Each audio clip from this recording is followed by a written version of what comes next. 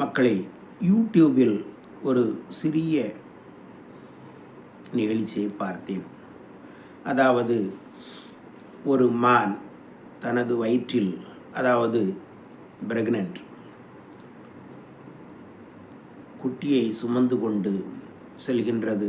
தண்ணீர் தாகமாக இருக்கின்றது. தண்ணீரை குடிக்க ஒரு ஆற்றுக்கு செல்கின்றது.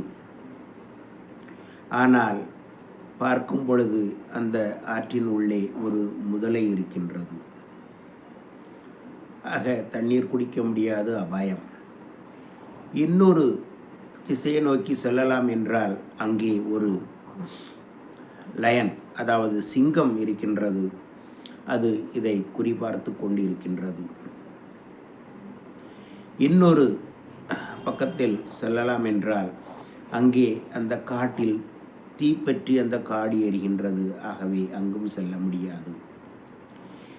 3 திசைகளிலும் ஆபத்து. 4வது திசைகளை பார்க்கும் பொழுது அங்கு ஒரு வேடன் அம்பை வைத்து கொண்டு இருக்கின்றான் இந்த மானை கொல்வதற்காக. அதற்கு இக்கட்டான நிலைமை. 4 திசைகள் தானே உண்டு, எங்கேயும் செல்ல முடியாத நிலைமை. அப்படியே யோசித்து கொண்டே நிற்கிறது சிறிது நேரம். திடீரென்று ஒரு பெரிய இடி மின்னல் வருகின்றது. அந்த இடி இடித்தவுடன் என்னவோ தெரியாது, நிலை குலைந்த அந்த வேடனினுடைய அம்பு அந்த சிங்கத்தின் மேல் பாய்ந்தது. சிங்கத்திற்கு கோபம் வந்து அவனை விரட்டி கொண்டே சென்றது. இந்த இடி மின்னலில் அந்த முதலையும் ஆழமான பகுதிக்கு சென்று விட்டது. திடீரென்று இடி மின்னல் வந்ததால் மழை வந்தது. அந்த காட்டில் எரிந்து கொண்டிருந்த தீயும் அணைந்து விட்டது.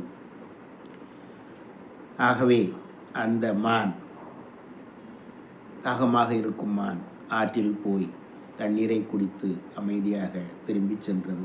இது ஒரு நிகழ்வு. இதிலிருந்து நாம் என்ன படித்து கொள்ள வேண்டும் என்றால், நாம் இக்கட்டான நிலைமைகளில் இருக்கும் பொழுது சிறிது நேரம், சிறிது நாள், சிறிது வருடம் அமைதியாக இருக்க வேண்டும். நிலைமை மாறும். இந்த மானுக்கு நிகழ்ந்ததை போல.